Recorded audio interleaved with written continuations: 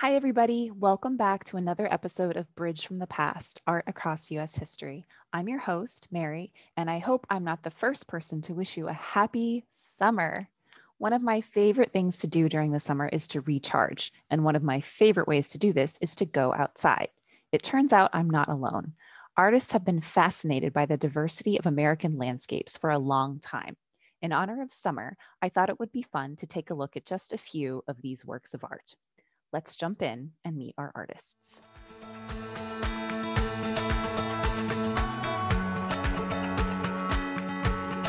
Here are the artists whose works we're going to be taking a look at. So I'll start over here on the left. So this man right here is the artist Thomas Cole, and next to him is Samuel Coleman. And these two guys were a part of the Hudson River School.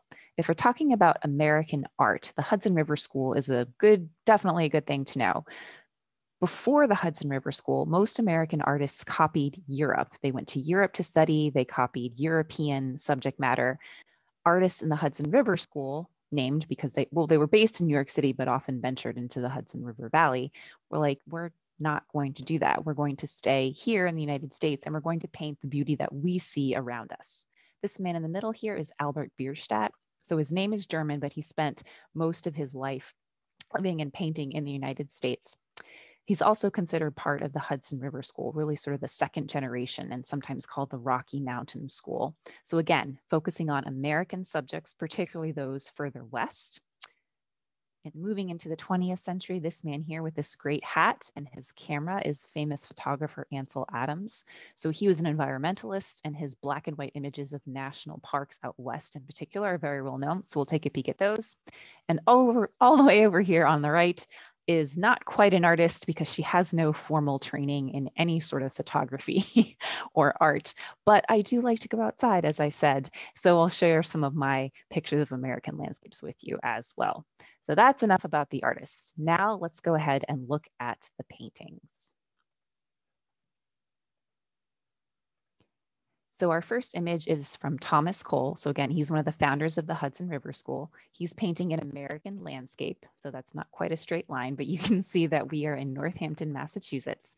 And the date here is 1836. So this is before the Civil War, and he's in New England. So New England at that time is starting to industrialize a little bit more than what had emerged before. And in this painting here, I'm sort of struck by there's almost this divide between natural wilderness over here on the left, and on the right, I see it's much lighter and the landscape is much more orderly, for lack of a better term. So it's almost like he is showing this, division between nature and what man does to nature. So if I closely here, you can see a field, the very ordered plot of land that's been plowed.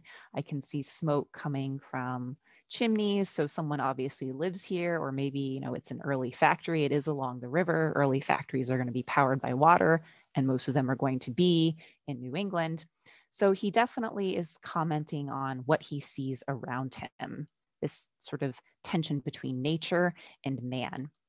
You can see that tension again in this painting by Samuel Coleman, again, an American scene. We're on the Hudson River. And we also see this split, so to speak, between industry. I have the steamship over here with the smoke coming out, and then you have the sailboats over here and the mountains, and you have a rowboat here. So things are definitely changing. And if you look at the date here, 1866, there's definitely more industry, more things being powered by steam. So Coleman is sort of commenting on that again. And you can also see, just like in the previous picture, the light is really interesting. There's definitely a darker and a lighter side to the painting. So what might the artist have meant by that is a really fun question to speculate on that. Now we're moving on into the second generation of the Hudson River School, which was sometimes called the Rocky Mountain School. And this painting right here by Albert Bierstadt kind of gives you a hint as to why. We've moved further west and I can see the Rockies. So if you've never seen the Rockies, so I'm here on the East Coast and we don't have mountains like this on the East Coast. It is quite a sight to behold. And Bierstadt felt exactly the same way when he traveled out west. So if you note the date here, 1863, so this is before the Transcontinental Railroad. So to travel this far west was quite an undertaking. And it's also, we're right smack in the middle of the Civil War. So that especially makes this landscape really interesting because it's almost like sort of this untouched wilderness. And you can see here in the foreground, Bierstadt has depicted a Shoshone village. And you can see, you know, there's waterfalls and there's mountains and there's this beautiful scenery. And you have these Native Americans who live here, who have lived here or camped here or traveled here for generations. So it's really interesting to consider, is this untouched wilderness? Is he saying Americans haven't gotten here yet, or we should get here? This idea of manifest destiny. So these are things, so the more you look at the image, the more it's kind of, the more questions you can start to ask, not just about the painting, but about the bigger, you know, historical themes as well. So here's another painting by Bierstadt, The Valley of Yosemite, from the following year, 1864. So again, the Civil War is still going on. So this really horrific conflict, but this painting is just, there's absolutely no indication that some sort of terrible conflict is raging in the country. It's absolutely, it's beautiful, really. It's pristine. When Bierstadt saw the Valley of the Yosemite, this is in California, he compared it to the Garden of Eden, and he described it as paradise. And it does look like paradise. You have these elk here, and it's by the river, and it's absolutely stunning and pristine. And the light here is especially interesting. So the Hudson River School and the Rocky Mountain School made good use of light, kind of seen that in all of these paintings. And the light, I think, is most striking here as it's sort of shining down the valley. So when people saw paintings like this, they would say, you know, oh, this is beautiful. And there was a lot more interest in the lands out west. And it actually is going to lead Abraham Lincoln to make Yosemite a park in 1864, which, again, I didn't even know that. And it's kind of remarkable considering, you know, the Civil War was going on and he really had a lot on his plate, so to speak. Now we're moving into the 20th century. You have the photographs of Ansel Adams. So again, he is photographing Montana. So this is Glacier National Park. So this land is protected wilderness in the 20th century. And again, you have these striking mountains, these beautiful tall trees. It's really quite jaw-dropping. And again, you have the Rocky Mountains in Colorado with the snow and the pine trees. So they're really iconic landscapes.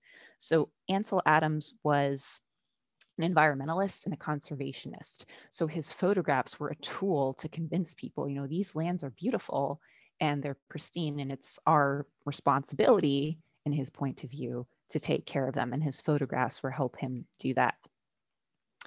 So now, again, not exactly the work of a trained artist, but like I said, I love to go outside. I love to see all the various landscapes across the United States.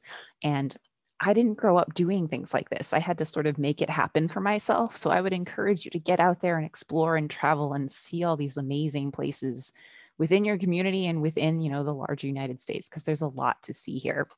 So this is in the North Cascades in Washington State, as well as this waterfall here, the Alamo, and my coonskin cap. Yes, I really have a coonskin cap. I bought it at the Alamo, and I'm wearing my coonskin cap here, pretending to be Lewis and Clark in the Columbia River Gorge between, or sort of straddling Oregon and Washington State. So before I leave you, I want to share with you this quote by the first artist that we looked at, the Hudson River School artist Thomas Cole, in his essay on American scenery from 1836. Whether an American beholds the Hudson, explores the central wilds of this vast continent, or stands on the margin of the distant Oregon, he is still in the midst of American scenery. It is his own land. Its beauty, its magnificence, its sublimity are all his, and how undeserving of such a birthright if he can turn towards it an unobserving eye, an unaffected heart. In other words, go outside. Where are you going to go to enjoy the great American outdoors this summer? I hope you do go somewhere, and I hope if you take any good pictures, be sure to share them with us. You can tag them at BRI Students on our Instagram account, and I'll be sure to check them out along with everybody else who's following us and who's on our staff. That's all we have time for today. We'll be back with more regular episodes of Bridge from the Past in the fall, but over the summer, we'll be releasing other videos and things to keep you engaged with all things history and civics. So until we see you again, stay safe, have fun, take care.